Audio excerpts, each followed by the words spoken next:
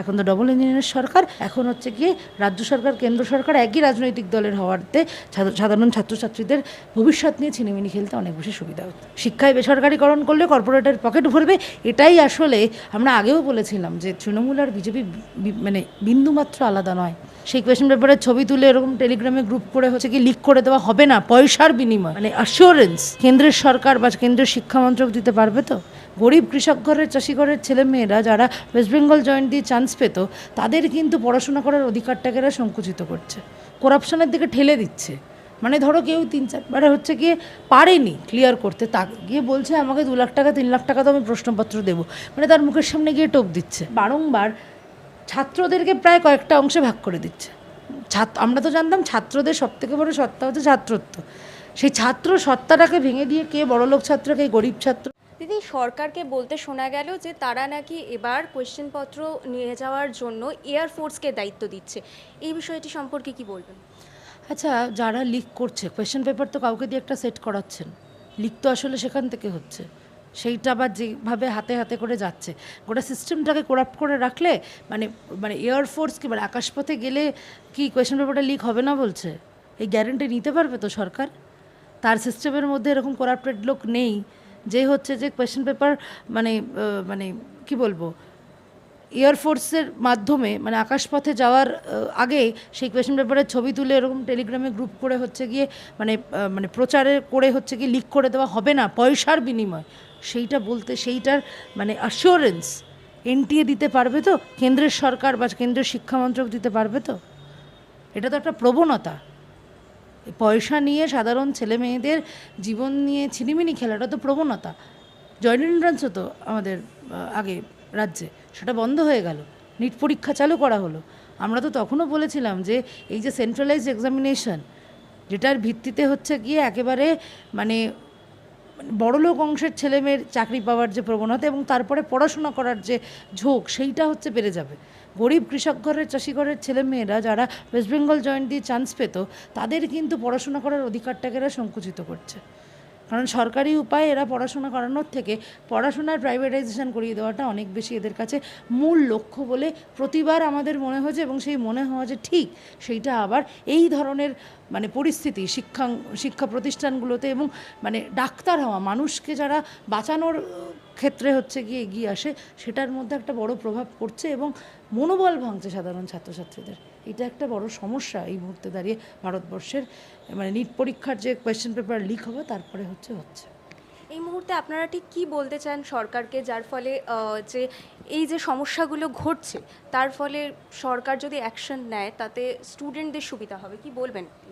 তখন মানে আমরা তো ছাত্র আন্দোলনের কর্মী, সার্বিকভাবে মানে ছাত্রদের কোনো সুবিধার জন্য আমরা যখন লড়াই সংগ্রাম আন্দোলন করি, আমাদের একটা কথা খুব স্পেসিফিক এবং প্রায়ারলি যেটা বলতে হয় সেটা হচ্ছে যে এই যে সিস্টেমটা, এই সিস্টেমটায় করাপশান বন্ধ করতে হবে। এবার সেইটা তো ছাত্ররা মানে যে ছাত্র পরীক্ষা দেবে সে তো গিয়ে করাপশান বন্ধ করতে, কারণ সে তো করাপ্টেড নয়, কারণ তাকে করাপশানের দিকে ঠেলে দিচ্ছে।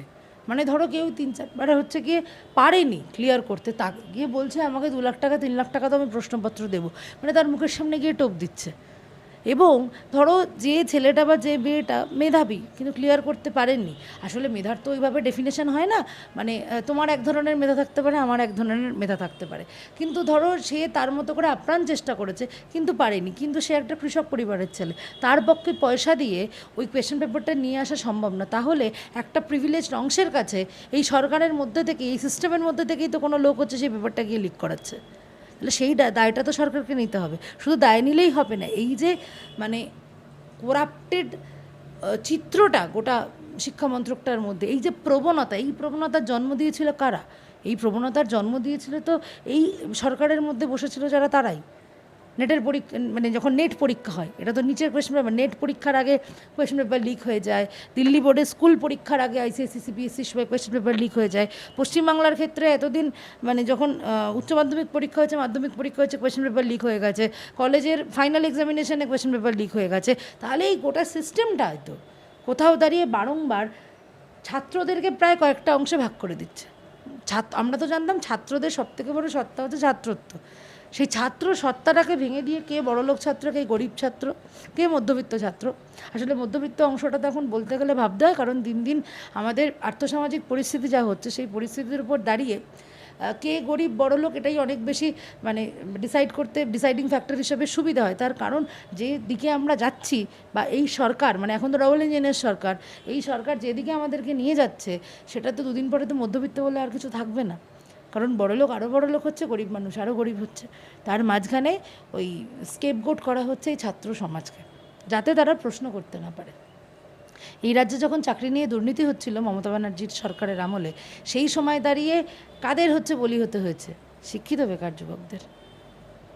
অন্য কারোর তো কোনো ক্ষতি হয়নি, ক্ষতি হয়েছে বেশ কতগুলো প্রজন্মের, যারা তাদের যোগ্যতা থাকা সত্ত্বেও হচ্ছে চাকরি পায়নি। আর তুমি শিক্ষামন্ত্রকের কথা আমরা বারংবার বলছি, পশ্চিমবাংলায় প্রায় 25 দিন অতিক্রান্ত সরকার গঠন হয়ে গেছে, বিভিন্ন জায়গার মন্ত্রী শপথ নিয়ে নিয়েছে। আচ্ছা, পশ্চিমবাংলার শিক্ষামন্ত্রী কী হবে?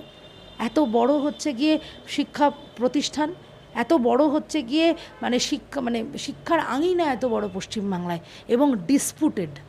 তাহলে সেইটায় মানে তার মানে শিক্ষা ইম্পর্ট্যান্ট না, শিক্ষায় বেসরকারিকরণ করলে কর্পোরেটের পকেট ভরবে। এটাই আসলে আমরা আগেও বলেছিলাম যে তৃণমূল আর বিজেপি মানে বিন্দুমাত্র আলাদা নয়। এতদিন বিজেপির দালাল হিসেবে তৃণমূল এখানে কাজ করছিল, এখন দালালের বাপ হচ্ছে গিয়ে পশ্চিমবাংলায় এসে রাজ করতে। শিক্ষা প্রতিষ্ঠানে আগে দেখতাম পার্থ চট্টোপাধ্যায়দের জেলে পাঠানো হতো, প্রাপ্ত বসুরা আমরা কথা বলতে গেলে বিকাশ ভবনের পেছন গেট দিয়ে পালিয়ে যেত।